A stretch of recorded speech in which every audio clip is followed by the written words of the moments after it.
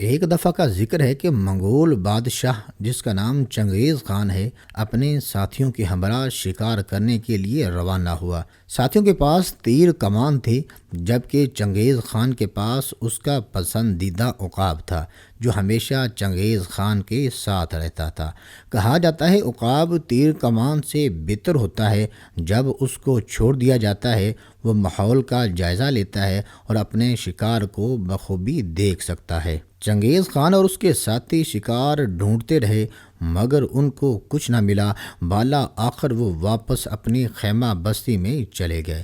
کچھ دیر بعد چنگیز خان نے اپنے عقاب کے ہمراہ اکیلا جنگل کی طرف نکل گیا۔ سخت گرمیوں کے دن تھے، وہ پیاس کی شدت میں نڈھال ہو گیا۔ کچھ دیر بعد اس نے ایک چشمے میں پانی کی ٹپکتی دھار کو دیکھا۔ پیالہ بھرنے سے پہلے اس نے اپنے عقاب کے نقاب کو اتارا اور اسے کھلا چھوڑ دیا اور پیالے کو پانی کی دھار کے نیچے لے جا کر بھرنے کا انتظار کرنے لگا۔ پیالہ بھرنے ہی والا تھا، اچانک عقاب نے جھپٹ مار کر پیالے کو نیچے گرا دیا اور پانی نیچے گر کر مٹی میں جذب ہو گیا۔ چنگیز خان کو بہت غصہ آیا مگر یہ اس کا پسندیدہ عقاب تھا، اس نے برداشت کیا۔ ایک دفعہ پھر چنگیز خان نے پیالہ اٹھایا اور پانی کی دھار کے نیچے کیا۔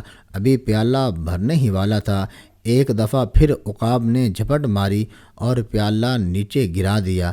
چنگیز خان کو بہت غصہ آیا، وہ سوچنے لگا اگر کسی نے یہ سب دیکھ لیا تو وہ کیا کہے گا، اس سے تو ایک عقاب نہیں سنبھالا جا رہا، یہ اپنی رعایا کو کیسے سنبھالے گا۔ یہ سوچ کر اس نے تلوار نکالی، پھر وہ پانی بھرنے لگا۔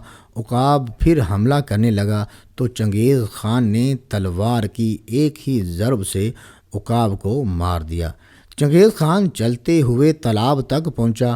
وہ کیا دیکھتا ہے، تالاب کے اندر ایک زہریلا سانپ مرا پڑا ہے اور اس کا جسم پانی میں گل رہا ہے۔ چنگیز خان اگر وہ پانی پیتا تو مر جاتا۔ اس نے عقاب کو اٹھایا اور اپنے خیمے میں لے آیا۔